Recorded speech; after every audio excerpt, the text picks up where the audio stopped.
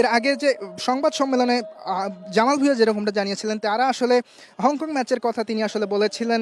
তারা আসলে শেষের যে গোলটা হজম করেছে, তার আগে তিনি এরকমটা বলেছেন যে তারা ভেবেছেন যে ম্যাচটা আসলে তারা জিতে গেছে। চারজন প্লেয়ার তারা উপরেই ছিল, তারা নিচে নামেনি। এটা থেকে আসলে প্রশ্ন উঠতেই পারে যে জাতীয় দলের ফুটবলারদের কি আসলে শেষ পর্যন্ত যে লড়ে যাওয়ার মানসিকতা, সেটি কি আসলে তৈরি হয়েছে কিনা। কারণ আমরা একই ঘটনা দেখেছি নেপাল ম্যাচেও। নির্ধারিত সময় যেখানে এগিয়েই ছিল বাংলাদেশ, প্রথমে একটা গোল হজম করার পরেও হামজা চৌধুরী কি দুর্দান্ত বাইসাইকেল কিকে গোল করে বাংলাদেশকে সমতায় ফেরালেন। এরপর পেনাল্টি থেকে পানেক্কা শটে বাংলাদেশের ফুটবলারদের কাছ থেকে আসলে এরকম গোল দেখতে পারাটাও কিন্তু একটা আনন্দের ব্যাপার। অন্তত এই জাতীয় স্টেডিয়ামে বসে যারা আসলে খেলা দেখেছেন, তাদের কাছে কিন্তু এটা বিশাল সৌভাগ্যের ব্যাপার যে বাংলাদেশের জার্সি গায়ে কেউ পানেক্কা শটে পেনাল্টি কিকে গোল করছেন, কেউ বাইসাইকেল কিকে গোল করছেন। এটা অন্তত বাংলাদেশের সমর্থকদের জন্য একটা সৌভাগ্য।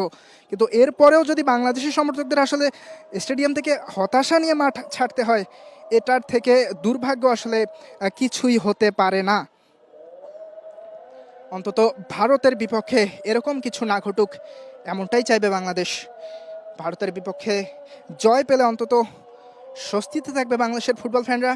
যে নতুন জোয়ার এসেছে বাংলাদেশের ফুটবলে, সেই জোয়ারে কিন্তু এখন পর্যন্ত প্রত্যাশিত কোনো ফলাফল বাংলাদেশ নিয়ে আসতে পারেনি। হামজা সমিত তাদের আগমনের পর কেবল ভুটানের বিপক্ষে একটা ম্যাচে বাংলাদেশ জয়লাভ করেছিল, সেটাও ফ্রেন্ডলি ম্যাচ ছিল এই মাঠে। সেই ম্যাচেও কিন্তু একটা দুর্দান্ত গোল করেছিলেন জামাল ভুঁইয়ার কর্নার থেকে, একটা দুর্দান্ত গোল করেছিলেন হামজা চৌধুরী।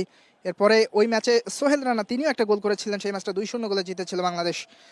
তবে এরপর কিন্তু হংকংয়ের বিপক্ষে সেই হৃদয় ভাঙা ঘরের মাটিতেই হংকংয়ের মাঠে গিয়েও তারিক কাজীর একটা ভুল, ডিবক্সের ভেতরে তালগোল পাকিয়ে তিনি একটা পেনাল্টি দিয়ে বসেন হংকংকে। ম্যাচের শুরুতে পিছিয়ে পড়ার পরে সেই ম্যাচেও কিন্তু ফিরেছিল বাংলাদেশ। রাকিবের গোলে ড্র করেছিল, তবে এশিয়ান কাপের যে আশা সেটি শেষ হয়ে যায়। অন্তত ভারতের বিপক্ষে এমন কিছু করতে চাইবে না। দর্শক, এই লাইভেই আমরা কথা বলেছিলাম লেস্টার সিটি থেকে আসা দুইজন সাংবাদিক বাংলাদেশে এসেছেন কেবল হামজা চৌধুরীকে ফলো করার জন্য। লেস্টার সিটির যে অফিসিয়াল ফেসবুক এবং ইউটিউব চালান, সেখানের একজন সাংবাদিক এসেছেন, যদিও তার নামটা আসলে আমার জেনে নেওয়া হয়নি। সহকর্মী আশিকের কাছ থেকে আমরা নিশ্চয়ই পরবর্তীতে শুনে নেব তার নামটা। তিনি এই লাইভেই তার সাক্ষাৎকার নিয়েছেন। তিনি আসলে যেরকমটা জানিয়েছেন যে হামজা চৌধুরী যখন থেকে বাংলাদেশের জার্সিতে খেলেন, লেস্টার সিটির ফেসবুক সামাজিক যোগাযোগ মাধ্যম যে অ্যাকাউন্টগুলো রয়েছে, সেই অ্যাকাউন্টে বাংলাদেশি সমর্থকদের যে ভালোবাসা তারা পেয়ে থাকেন, সেটা নিয়েও তারা আসলে বিস্মিত। সেটাতেও তারা বিস্মিত হয়েছে, কারণ বাংলাদেশের ফুটবল সমর্থকদের ফুটবলের প্রতি যে ভালোবাসা, যে আবেগ, সেই টানে কিন্তু লেস্টার সিটি থেকেও সাংবাদিকরা এসেছেন হামজা চৌধুরীকে ফলো করতে। দর্শক, জাতীয় স্টেডিয়াম থেকে ভারত ম্যাচের আগে অনুশীলন করছে বাংলাদেশ। আগামী 18 নভেম্বর এই জাতীয় স্টেডিয়ামে রাত 8টায় ভারতের বিপক্ষে বছরের শেষ ম্যাচ বাংলাদেশের এশিয়ান কাপ বাছাইয়ের। সেই ম্যাচটায় বাংলাদেশ কি করবে, আপনাদের প্রত্যাশাও জানাতে পারেন আমাদের কমেন্ট বক্সে।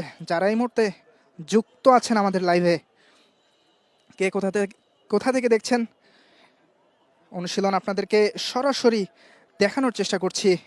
হামজা চৌধুরীকে দেখানোর চেষ্টা করছি। হামজা চৌধুরী, সমিত সোম দুজনই পাশাপাশি দাঁড়িয়েছেন, সাথে রয়েছেন জামাল ভুঁইয়াও। জামাল ভুঁইয়া, হামজা চৌধুরী মাত্র 6 ম্যাচ খেলে 4 গোল করেছে। সেই 4 গোলের মধ্যে কিন্তু 2টি গোলেই সহায়তা জামাল ভুঁইয়ার। অ্যাসিস্ট করেছেন ভুটানের বিপক্ষে ম্যাচে সেই পেনাল্টি কর্নার কিক থেকে, জামাল ভুঁইয়ার নেওয়া কর্নার কিক থেকে প্রথম গোল করেছিলেন বাংলাদেশের মাটিতে যে ডেবু ম্যাচটি হয়েছিল। যদিও জার্সিতে অভিষেক হয়েছিল ভারতের বিপক্ষে শিলংয়ে, সেই ম্যাচটায় বাংলাদেশ গোল করতে পারেনি, ড্র নিয়েই মাঠ ছেড়েছিল। এরপরে হামজা চৌধুরীর যে ম্যাচটা অভিষেক হয়েছিল বাংলাদেশের মাটিতে, সেই ম্যাচটাতে গোল করেছিলেন হামজা। সেই গোলটার বলটা কিন্তু এসেছিল জামাল ভুঁইয়ার কাছ থেকে। বাংলাদেশ জাতীয় দলের ক্যাপ্টেন, তিনিও কিন্তু এই দেশের টানেই প্রবাস থেকে এসেছেন। দেশের ভালোবাসায় বাংলাদেশের ফুটবলকে এগিয়ে নেওয়ার জন্য প্রথম প্রবাসী ফুটবলার আজকে যদি সমিত সোম ঝামজারা যে পথ ধরে এসেছেন সেই পথের শুরুটা কিন্তু হয়েছিল জামাল ভুঁইয়াকে দিয়ে। এরপরে আমরা তারিক কাজীকে দেখেছি, তিনি এসেছেন বাংলাদেশের ডিফেন্সের দীর্ঘদিন ধরেই কিন্তু অতন্ত্র প্রহরীর দায়িত্ব পালন করে যাচ্ছেন তারিক কাজী। হামজা চৌধুরী, সমিত সোম, কিউবা মিচেল, জায়ান আহমেদ, কাজেম শাহ, এক ঝাঁক প্রবাসী তরুণ যারা এই দেশের টানে লাল সবুজের পতাকাকে ভালোবেসে সেই টানেই তারা এসেছেন। হামজা চৌধুরীর